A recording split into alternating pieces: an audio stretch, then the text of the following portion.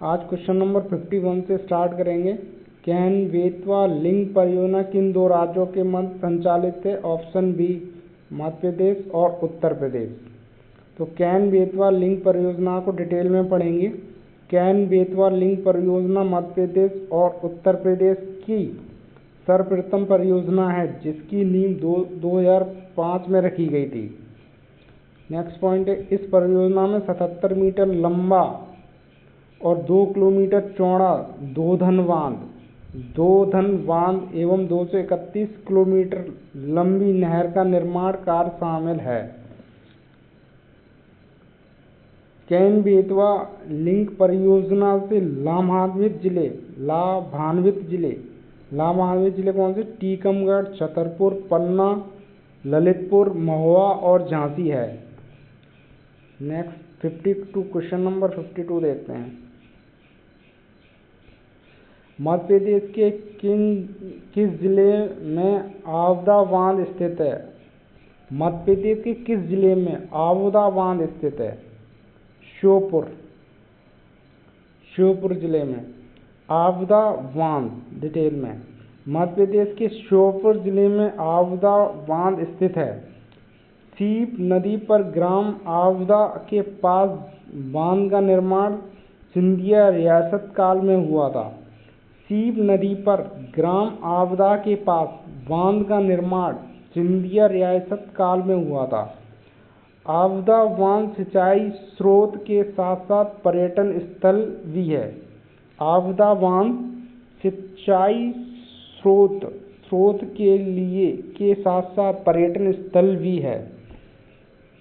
53 question number 53, Madhya Pradesh में कौन सा जिला चोरल परियोजना से लाभान्वित होता है? चोरल परियोजना से लाभान्वित होता है। Option C Indore. डिटेल में देखें, डिटेल में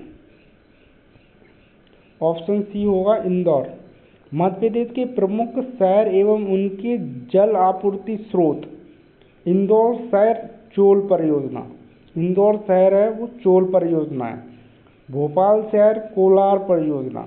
ग्वालियर शहर में पैसारी परियोजना, ग्वालियर शहर है पैसारी परियोजना। जबलपुर शहर में वर्गी परियोजना और खंडारी जलाशय। जबलपुर शहर में वर्गी परियोजना और खंडारी जलाशय।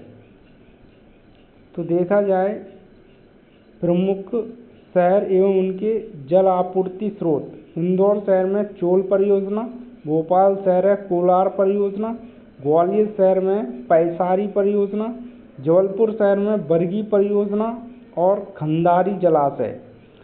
क्वेश्चन नंबर 54 क्या कहता है? पाइली जल परिसर कहाँ स्थित है?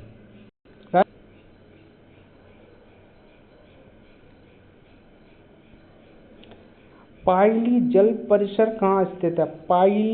पाइली जल परिसर कहाँ स्थित है? ऑप्शन सी सिवनी में पाइली जल परिसर। पाइली जल परिसर सिवनी और जबलपुर सीमा पर वर्गी जलाशय के समीप स्थित है। यह सिवनी जिले का प्रमुख पर्यटन स्थल है। पाइली जल परिसर सिवनी और जबलपुर सीमा पर वर्गी जलाशय के समीप स्थित है। यहाँ सिवनी जिले का प्रमुख पर्यटन स्थल है। नेक्स्ट क्वेश्चन देखते हैं 55 क्वेश्चन नंबर।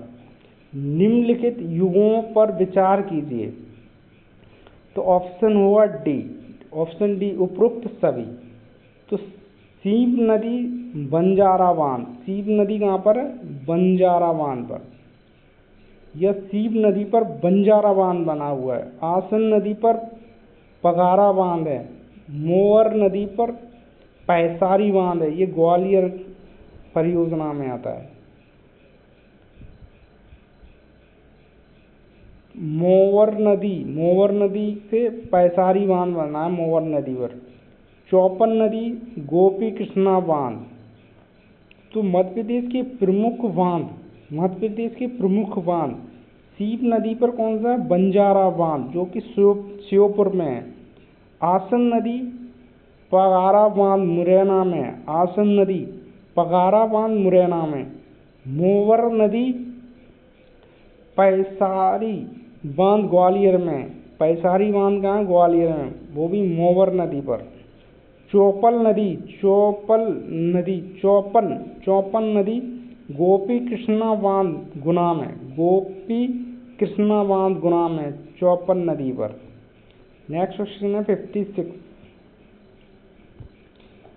पैसारी बांध कहाँ स्थित है? Option number C Gwalior.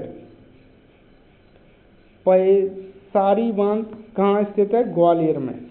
Paisari बांध ग्वालियर जिले की मोवर नदी पर स्थित है, मोवर नदी पर स्थित है। इससे ग्वालियर जिले में जल आपूर्ति की जाती है, इससे ग्वालियर जिले में जल आपूर्ति की जाती है।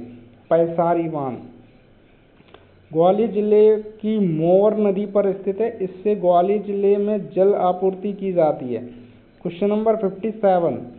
बालाघाट जिले में नलसेसा बांध किस नदी पर है? बालाघाट जिले में नलसेसा बांध किस नदी पर है? तो ऑप्शन नंबर डी चंदन नदी। नलसेसा बांध, डिटेल में देखते हैं। नलसेसा बांध बालाघाट जिले के चंदन नदी पर नलसेसा बांध स्थित है। बालाघाट जिले की चंदन नदी पर नलसेसा बांध स्थित है। चंदन नदी पर रामपायली का मेला भी आयोजित किया जाता है। चंदन नदी पर रामपायली का मेला भी आयोजित किया जाता है। नेक्स्ट क्वेश्चन है 58। 58 क्वेश्चन क्या कह रहा है? मध्य प्रदेश के उज्जैन जिले में किस नदी के तट पर सिंहस्थ कुंभ का मेला लगता है? क्षिप्रा नदी, ऑप्शन बी क्षिप्रा नदी। डिटेल में, मध्य प्रदेश के उज्जैन जिले में मालवा की गंगा कहे जाने वाली नदी क्षिप्रा का उद्गम काकड़ी वर्दी पहाड़ी से होता है। काकड़ी वर्दी पहाड़ी से होता है। मध्य प्रदेश के उज्जैन जिले में मालवा की गंगा कहे जाने वाली नदी क्षिप्रा का उद्गम काकड़ी वर्दी पहाड़ी से होता है। इसके तट पर प्रत्येक 12 वर्ष के बाद सिंहस्थ कुंभ मेले का आयोजन किया जाता है। इसके तट पर प्रत्येक 12 वर्ष के बाद सिंहस्थ कुंभ मेले का आयोजन किया जाता है। सिंहस्थ कुंभ का आयोजन 2028 में उज्जैन में किया जाएगा। सिंहस्थ कुंभ का आयोजन 2028 में उज्जैन में किया जाएगा। 59 क्वेश्चन नंबर 59। मध्य प्रदेश में क्षिप्रा नदी का उद्गम किस स्थान से होता है? काकड़ी वर्दी पहाड़ी से, ऑप्शन बी काकड़ी वर्दी पहाड़ी से। नेक्स्ट क्वेश्चन है 60। मध्य प्रदेश में काली सिंध नदी का उद्गम किस जिले से होता है? देवास, ऑप्शन ए देवास से। काली सिंध नदी का उद्गम देवास जिले से होता है। यह चंबल की सहायक नदियां है। काली सिंध जो चंबल की सहायक नदी है। काली सिंध नदी का उद्गम मध्य प्रदेश के देवास जिले के बागली गांव से होता है। काली सिंध नदी का उद्गम मध्य प्रदेश के देवास जिले के बागली गांव से होता है। कुंडालिया बांध इसी नदी पर स्थित है। मतलब कुंडालिया बांध काली सिंध नदी पर स्थित है। कुंडालिया बांध काली सिंध नदी पर स्थित है। Question number 61। मध्य प्रदेश में वर्धा नदी का उद्गम कहाँ से होता है? तो होता है बैतूल जिले से। वर्धा नदी, मध्य प्रदेश में वर्धा नदी का उद्गम बैतूल जिले के वर्धन शिखर या काली भीत की पहाड़ी से होता है।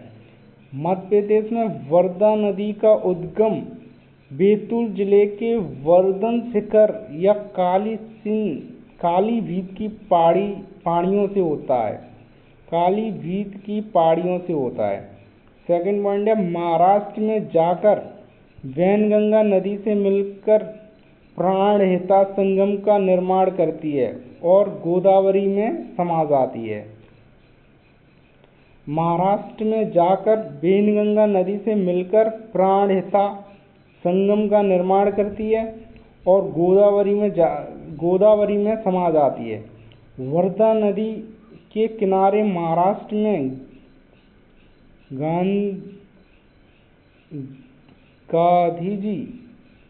गांधी जी का सेवाग्राम आश्रम स्थित है। महाराष्ट्र में गांधी जी का सेवाग्राम आश्रम स्थित है वर्धा नदी के किनारे। क्वेश्चन नंबर 62,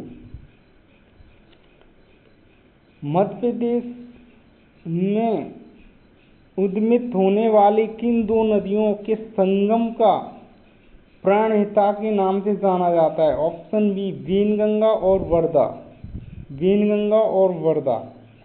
प्राणहिता संगम, वैनगंगा एवं वर्धा नदी के संगम स्थल को प्राणहिता संगम के एक नाम से जाना जाता है।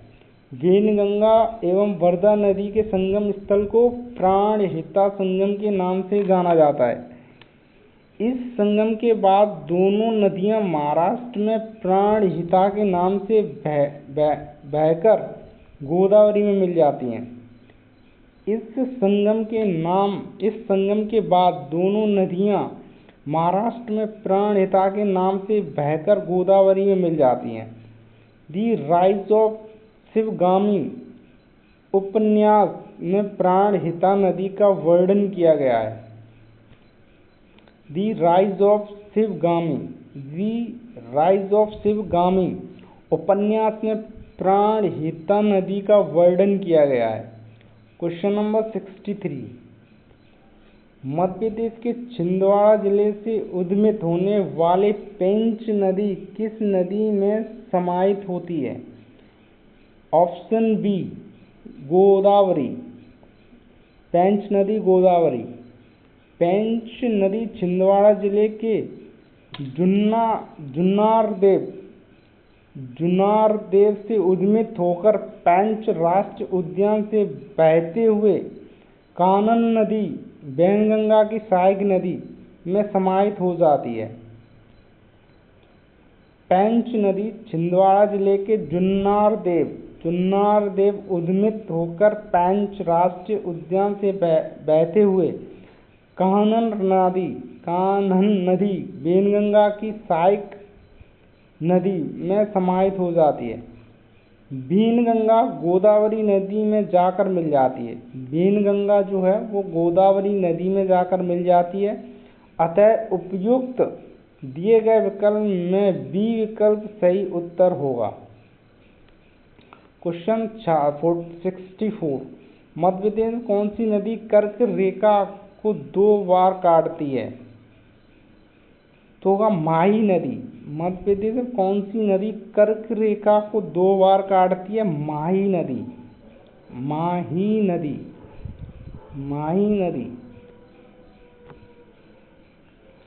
आदिवासी गंगा के नाम से प्रसिद्ध माही नदी कर्क रेखा को 2 बार काटते हुए अरब सागर में समाहित हो जाती है।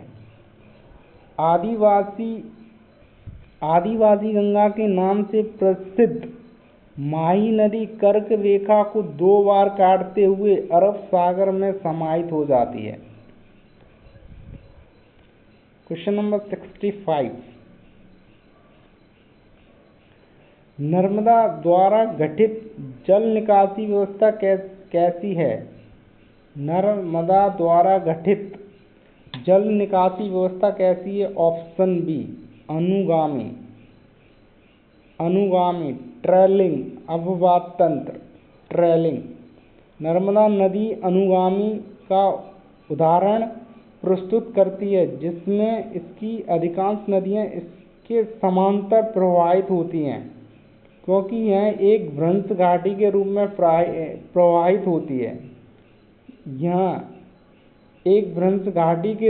प्रवाहित होती है। अनुगामी अपवाद तंत्र नर्मदा नदी अनुगामी का उदाहरण प्रस्तुत करती है, जिसमें इसकी अधिकांश नदियां इसके समांतर प्रवाहित होती हैं, क्योंकि यह एक भ्रंश घाटी के रूप में प्रवाहित होती है। क्वेश्चन नंबर 66, ताप्ती नदी मध्य प्रदेश के अतिरिक्त किस राज्य में प्रवाहित होती है? ऑप्शन सी, महाराष्ट्र में। ताप्ती नदी महाराष्ट्र में भी बहती है। ताप्ती नदी का उद्गम बैतूल के मुल्ताई से होता है। बैतूल के मुल्ताई जिले से होता है ताप्ती नदी का उद्गम। पूर्णा, गिरना, अमरावती और अरुणावती ताप्ती की प्रमुख सहायक नदियां हैं। पूर्णा, गिरना, अमरावती और अरुणावती ताप्ती की प्रमुख सहायक नदियां हैं। ताप्ती नदी मध्य प्रदेश के अतिरिक्त महाराष्ट्र और गुजरात में प्रवाहित होते हुए खंभात की खाड़ी में समाहित हो जाती है। ताप्ती नदी मध्य प्रदेश के अतिरिक्त महाराष्ट्र और गुजरात में प्रवाहित होते हुए खंभात की खाड़ी में समाहित हो जाती है। पूर्णा, गिरना, अमरावती और अरुणावती ताप्ती की प्रमुख सहायक नदियां हैं। क्वेश्चन नंबर 67, ताप्ती नदी मध्य प्रदेश के किस जिले से उद्गमित होती है? Betul. Option number D, Betul. वर्ष 2017 में मध्य प्रदेश की किस नदी को जीवित इकाई का दर्जा प्रदान किया गया है? नर्मदा। जीवित इकाई का दर्जा प्रदान किया गया 2017 में, वो है नर्मदा। Option A. जीवित इकाई का दर्जा। मध्य प्रदेश सरकार द्वारा नर्मदा नदी को जीवित इकाई का दर्जा प्रदान किया गया है।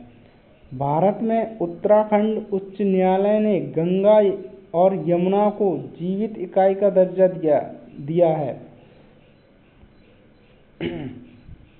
भारत में उत्तराखंड उच्च न्यायालय ने गंगा और यमुना को जीवित इकाई का दर्जा दिया है। इसके तहत अनुच्छेद 48A तथा अनुच्छेद 51A के तहत एक व्यक्ति के समान वैधानिक अधिकार प्राप्त होंगे। 51A के तहत एक व्यक्ति के समान वैधानिक अधिकार प्राप्त होंगे। इससे पहले न्यूजीलैंड की वांगनुई नदी को इस प्रकार का दर्जा प्रदान किया गया था। इससे पहले न्यूजीलैंड की वांगनुई नदी को इसी प्रकार का दर्जा प्रदान किया गया था। क्वेश्चन नंबर 69, मध्य प्रदेश किस नदी की मधुमती के नाम से जाना जाता है? मध्य प्रदेश की किस नदी को मधुमती के नाम से जाना जाता है?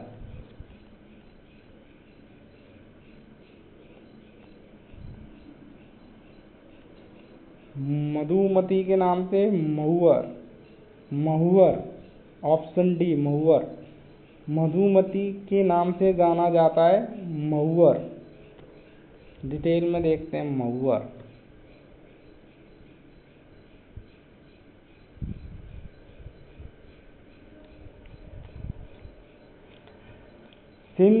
महुवर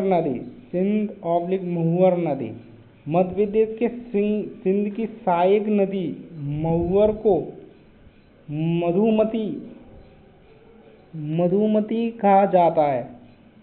एक अन्य मधुमती नाम से नदी पश्चिम बंगाल में प्रवाहित होती है। मध्य प्रदेश के सिंध की सहायक नदी मधुवर को मधुमती कहा जाता है। मधुवर को मधुमती कहा जाता है। इसका अन्य मधुमती नाम से नदी पश्चिम बंगाल में प्रवाहित होती है। क्वेश्चन 70, मध्य प्रदेश के सिवनी जिले में भीमगढ़ बांध किस नदी पर है? बीनगंगा। Option A बीनगंगा। मध्य प्रदेश के सिवनी जिले में भीमगढ़ बांध किस नदी पर है? बीनगंगा पर। भीमगढ़ बांध मध्य प्रदेश के सिवनी जिले में वैनगंगा नदी में भीमगढ़ बांध निर्मित किया गया है। मध्य प्रदेश के सिवनी जिले में वैनगंगा नदी में भीमगढ़ बांध निर्मित किया गया है। इस बांध को संजय सरोवर भी कहा जाता है। इस बांध को भीमगढ़ बांध को संजय सरोवर भी कहा जाता है। भीमगढ़ बांध को संजय सरोवर भी कहा जाता है। यह एशिया का सबसे बड़ा मिट्टी से निर्मित बांध है। यह एशिया का सबसे बड़ा भीमगढ़ बांध एशिया का सबसे बड़ा मिट्टी से निर्मित बांध है। 71 क्वेश्चन नंबर 71 निम्नलिखित कथनों में से कौन सा सही है? ऑप्शन बी चंबल नदी में बटाकुर चित्रा इंडिका कछुआ की प्रजाति पाई जाती है। चंबल नदी में बटाकुर चित्रा इंडिका कछुआ की प्रजाति पाई जाती है। नदी से संबंधित तथ्य सिवना नदी चंबल की सहायक नदी है। सिवना नदी चंबल की सहायक नदी है। चंबल नदी में बटाकुर चित्रा इंडिका कछुआ की प्रजाति पाई जाती है। चंबल नदी में बटाकुर चित्रा इंडिका कछुआ की प्रजाति पाई जाती है। बेतवा नदी का उद्गम रायसेन जिले के कुमरा गांव से होता है। बेतवा नदी का उद्गम रायसेन जिले के कुमरा गांव से होता है। इसमें जलप्रपात कैन नदी पर छतरपुर जिले में स्थित है।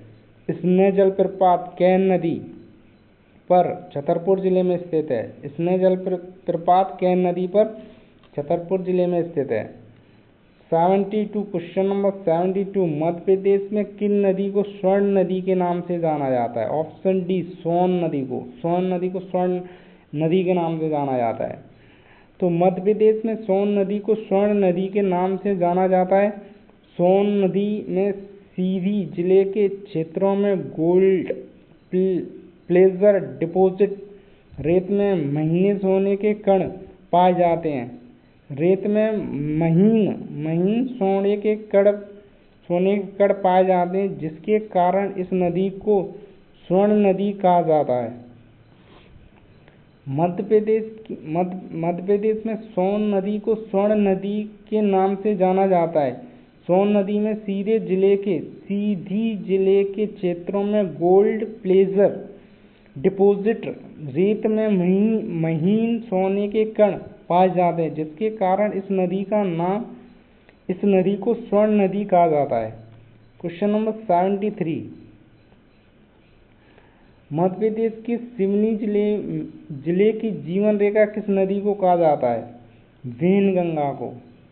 मध्य प्रदेश के सिवनी जिले की जीवन रेखा किस नदी को कहा जाता है? सिवनी जिले की जीवन रेखा वैनगंगा नदी को।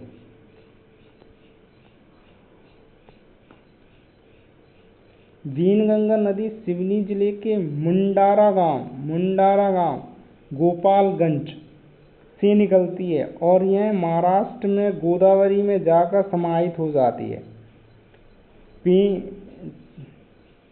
वैनगंगा नदी सिवनी जिले के मुंडारा गांव गोपालगंज से निकलती है और यह महाराष्ट्र में गोदावरी में जाकर समाहित हो जाती है। नोट में क्या कहा गया है?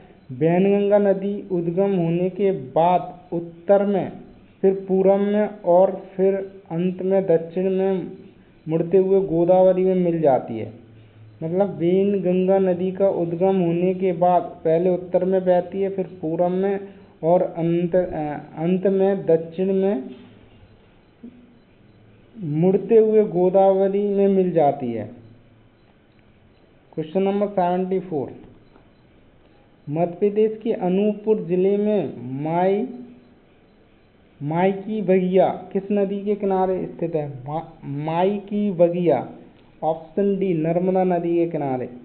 मध्य प्रदेश के अनूपपुर जिले में माई की बगिया किस नदी के किनारे स्थित है? नर्मदा नदी। अनूपपुर जिले के धार्मिक स्थल।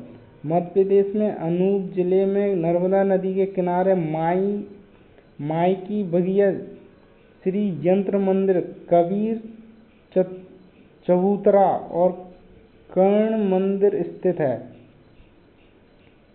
मध्य प्रदेश में अनूपपुर जिले में नर्मदा नदी के किनारे माई की बगिया, श्री यंत्र मंदिर, कबीर चबूतरा और कर्ण मंदिर स्थित है।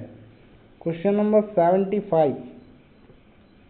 मध्य प्रदेश के बैतूल जिले में पारसडोह बांध किस नदी पर स्थित है? ताप्ती। Option B. मध्य प्रदेश के बैतूल जिले में पारसडोह बांध किस नदी पर निर्मित किया गया है? ताप्ती नदी पर। पारसडोह बांध बैतूल जिले का सबसे बड़ा बांध पारसडोह। बैतूल जिले का सबसे बड़ा बांध पारसडोह बांध ताप्ती नदी पर स्थित है। पारसडोह बांध ताप्ती नदी पर स्थित है। इससे 17 किलोमीटर लंबी नहर निकालना प्रस्तावित है। पारसडोह बांध ताप्ती नदी पर स्थित है। इससे 17 किलोमीटर लंबी नहर निकालना प्रस्तावित है। Question number 76। मध्य प्रदेश में रेवा नाम से किस नदी को जाना जाता है? बी है नर्मदा को। मध्य प्रदेश की नदियों के अन्य नाम, मतलब बेतवा को बेत्रवती, चंबल को कामधेनु चरमवती, नित्याबाई। चंबल को क्या उपनाम है? चंबल के कामधेनु चरमवती, नित्याबाई। नर्मदा के शिवपुत्री रेवा। शिवपुत्री रेवा। नर्मदा को शिवपुत्री भी बोला जाता है और रेवा भी बोला जाता है। तमसा, टॉन्स और तमस। तमसा नदी को टॉन्स और तमस। केन नदी का कर्णवती, सुक्तिमती, केन नदी को बोला जाता है। Question number 77। मध्य प्रदेश किस नदी को प्राचीन समय में चरमावती कहा जाता था? चंबल नदी को। Option C. मध्य प्रदेश की किस नदी का प्राचीन नाम कर्णवती के रूप में है? कर्णवती के रूप में केन नदी का। Option D.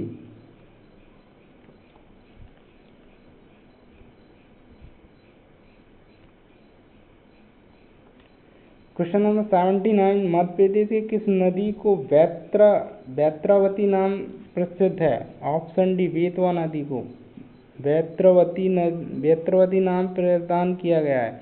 मध्य प्रदेश को किस नदी को बेत्रावती नाम प्रदान किया गया है? बेतवा नदी को। Question number 80। निम्नलिखित युगों पर विचार कीजिए। ऑप्शन डी है, मतलब उपरोक्त सभी हैं तो सही है सारे। नर्मदा नदी को शिवपुत्री नदी बोलते हैं। ताप्ती नदी को सूर्यपुत्री नदी बोलते हैं ताप्ती को। माही नदी को पृथ्वीपुत्री बोलते हैं और वेनगंगा नदी को वेवा बोलते हैं, वेवा। तो नदियों के अन्य और प्राचीन नाम बोले। नर्मदा नदी को शिवपुत्री बोलते हैं, ताप्ती नदी को सूर्यपुत्री बोलते हैं, माही नदी को पृथ्वीपुत्री बोलते हैं, वेनगंगा नदी को वेवा बोलते हैं, क्षिप्रा नदी को आवंती बोलते हैं। तो क्वेश्चन नंबर 81 देखते हैं। मध्य प्रदेश की किस नदी को सूर्य की पुत्री कहा जाता है? वो ताप्ती को। मध्य प्रदेश की किस नदी को सूर्य की पुत्री कहा जाता है? ताप्ती नदी को। Option A. चंबल नदी कहाँ से निकलती है? काकरीबड़ी पहाड़ी नहीं, ऑप्शन बी होगा मऊ के निकट जनापाव पहाड़ी से चंबल नदी कहाँ से निकलती है? मऊ के निकट जनापाव पहाड़ी से। चंबल नदी की बात चल रही, चंबल। इंदौर जिले के मऊ तहसील के निकट जाना पहाड़ी के वांगचू पॉइंट से चंबल नदी का उद्गम होता है। इंदौर जिले के मऊ तहसील के निकट जाना पहाड़ी के वांगचू पॉइंट से चंबल नदी का उद्गम होता है। चंबल नदी मध्य प्रदेश की उत्तरी सीमा बनाते हुए यमुना नदी में समाहित हो जाती है। चंबल नदी मध्य प्रदेश की उत्तरी सीमा बनाते हुए यमुना नदी में समाहित हो जाती है। क्वेश्चन नंबर 83, निम्नलिखित में कौन सी नदी चंबल नदी में नहीं मिलती है? तो ऑप्शन ए बेतवा नदी। बेतवा नदी वो चंबल नदी में नहीं मिलती है। कौन सी नदी चंबल नदी में नहीं मिलती है? तो बेतवा नदी। चंबल की प्रमुख सहायक नदियाँ, बाएं तरफ से सिवना बनास, दाईं तरफ से छिप्रा, काली सिंध, पार्वती, सीप, कूणू। मतलब चंबल के दाएं तरफ से मिलने वाली नदियाँ हैं वो हैं छिप्रा, काली सिंध, पार्वती, सीप, कूणू। और बाएं तरफ से सिवना बनास। क्वेश्चन नंबर 84, किस नदी को छिंदवाड़ा जिले की जीवन रेखा कहा जाता है? कुत्चेहरा, छिंदवाड़ा जिला, कुत्चेहरा,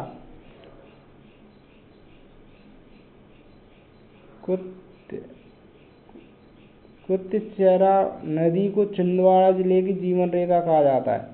छिंदवाड़ा जिले में माओ मोरा बांध और पेंच परियोजना प्रसिद्ध हैं। छिंदवाड़ा जिले की अन्य नदियों में पेंच, कानन, बोदरी और सीतारेव प्रसिद्ध हैं।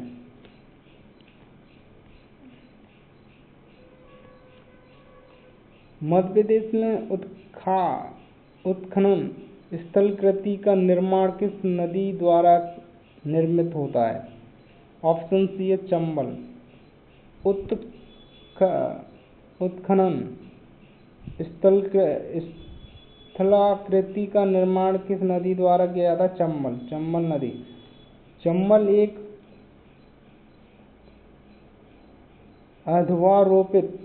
अध्वारोपित नदी है जो अपने मध्य भाग में उत्खात भूमि विहड़ वाली स्थलाकृति का निर्माण करती है। जो अपने मध्य भाग में उत्खात भूमि विहड़ रिवाइनलैंड वाली स्थलाकृति का निर्माण करती है। मध्य प्रदेश के सर्वाधिक विहड़ प्रभावित जिले मुरैना, श्योपुर और भिंड। मध्य प्रदेश के सर्वाधिक विहड़ प्रभावित जिले मुरैना, श्योपुर और भिंड। 86, निम्नलिखित युगों पर विचार कीजिए। ऑप्शन नंबर डी 1, 2, 3, 4 चारों सही हैं। ताप्ती नदी का 724 किलोमीटर, सोन नदी का 780 किलोमीटर है, वैनगंगा 569 किलोमीटर और माही नदी 583 किलोमीटर है। तो ताप्ती नदी की लंबाई 724 किलोमीटर है, सोन नदी की 780 किलोमीटर है, वैनगंगा की 569 है, 569 वैनगंगा की, और माही नदी की 585 किलोमीटर है लंबाई है। तो 87, क्वेश्चन नंबर 87, मध्य प्रदेश के अतिरिक्त कैन नदी किस राज्य के मध्य से भी बहती है?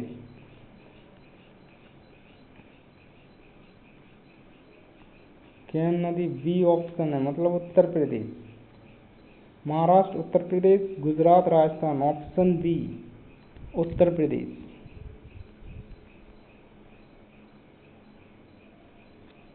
केन केन नदी का उद्गम कैमूर पहाड़ी कटनी जिले से होता है। वह उत्तर प्रदेश की बांदा जिले में यमुना नदी में जाकर मिल जाती है।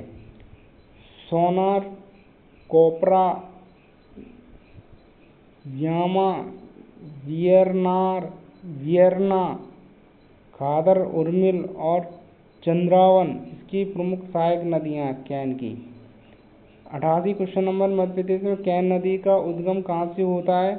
कैमूर सैंडी से। मध्य प्रदेश की सोनार नदी किस नदी की सहायक नदी है? कैन। ऑप्शन सी, कैन नदी की। सोनार नदी किस नदी की सहायक नदी है? कैन की। क्वेश्चन नंबर 90,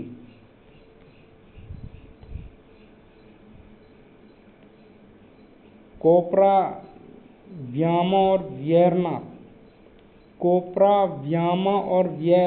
वियरना किस नदी की सहायक नदी है? कैन की। बी, ऑप्शन बी, कोपरा, व्यामा और वियरना किस नदी की सहायक नदी है? कैन की। क्वेश्चन नंबर 91, निम्नलिखित युग्मों पर विचार कीजिए। ऑप्शन नंबर डी, इनमें से कोई नहीं। तो राष्ट्रीय उद्यान में प्रवाहित नदियां, चरणगंगा नदी है बांधवगढ़ राष्ट्रीय उद्यान उमरिया, मनिहार नदी माधव राष्ट्रीय उद्यान शिवपुरी, दीनवा नदी सतपुड़ा राष्ट्रीय उद्यान होशंगाबाद, जोवट नदी डायनासोर जीवाश्म राष्ट्रीय उद्यान धार। तो राष्ट्रीय उद्यान में प्रवाहित नदियां, राष्ट्रीय उद्यान में जो प्रवाहित नदियां होती हैं उनके नाम है। चरणगंगा नदी है बांधवगढ़ राष्ट्रीय उद्यान उमरिया, मतलब चरणगंगा नदी जो है वो बांधवगढ़ राष्ट्रीय उद्यान में प्रवाहित होती है, जो कि उमरिया जिले में है। मनिहार नदी है वो माधवगढ़ राष्ट्रीय उद्यान में प्रवाहित होती है, ये शिवपुरी जिले में है। दीनवा नदी है वो सतपुड़ा राष्ट्रीय उद्यान में प्रवाहित होती है, ये होशंगाबाद में। जोवट नदी जो है डायनासोर जीवाश्म राष्ट्रीय उद्यान है, ये धार में।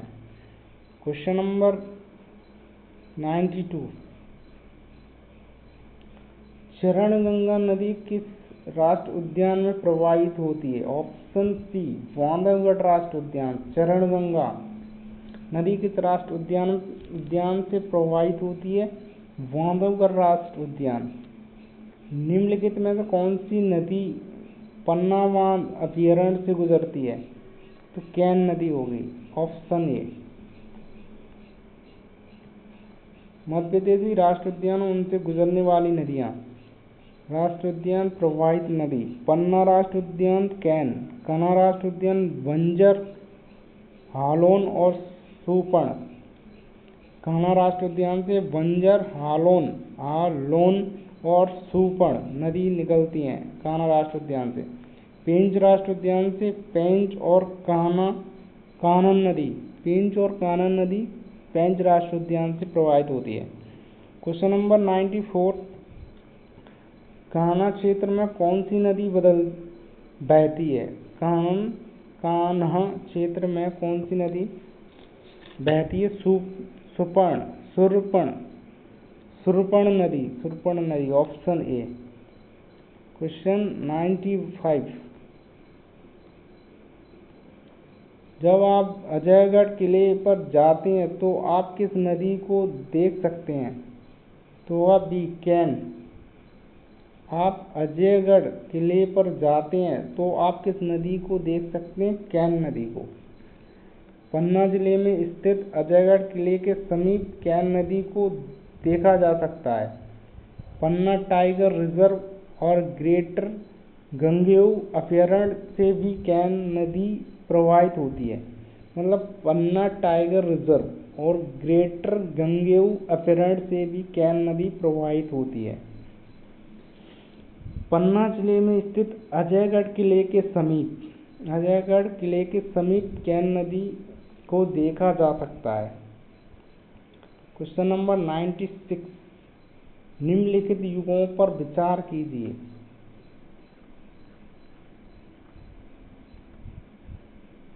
ऑप्शन सी है 1 to 4, 1 to 4 सही है। मतलब ताप्ती नदी भुसावल, ताप्ती नदी है भुसावल किनारे स्थित शहर। मतलब ताप्ती नदी के किनारे कौन कौन से शहर हैं? वो ताप्ती नदी के भुसावल, बेतवा नदी के किनारे विदिशा। बेतवा नदी जो है विदिशा जिला बसा हुआ। सरस्वती नदी इंदौर बसा हुआ। सरस्वती नदी के किनारे इंदौर है। बेतवा नदी के किनारे विदिशा। ताप्ती नदी के किनारे भुसावल है। और डिटेल में देख लेते हैं। प्रमुख नदियों के किनारे स्थित शहर। नदी के नाम, किनारे स्थित शहर। ताप्ती नदी भुसावल सूरत में। बेतवा नदी विदिशा, चंदेरी, ओरछा। वैनगंगा नदी बालाघाट। सरस्वती नदी इंदौर। तो हो जाएगी ताप्ती नदी भुसावल सूरत, बेतवा नदी विदिशा, चंदेरी, ओरछा, वैनगंगा बालाघाट, सरस्वती नदी इंदौर।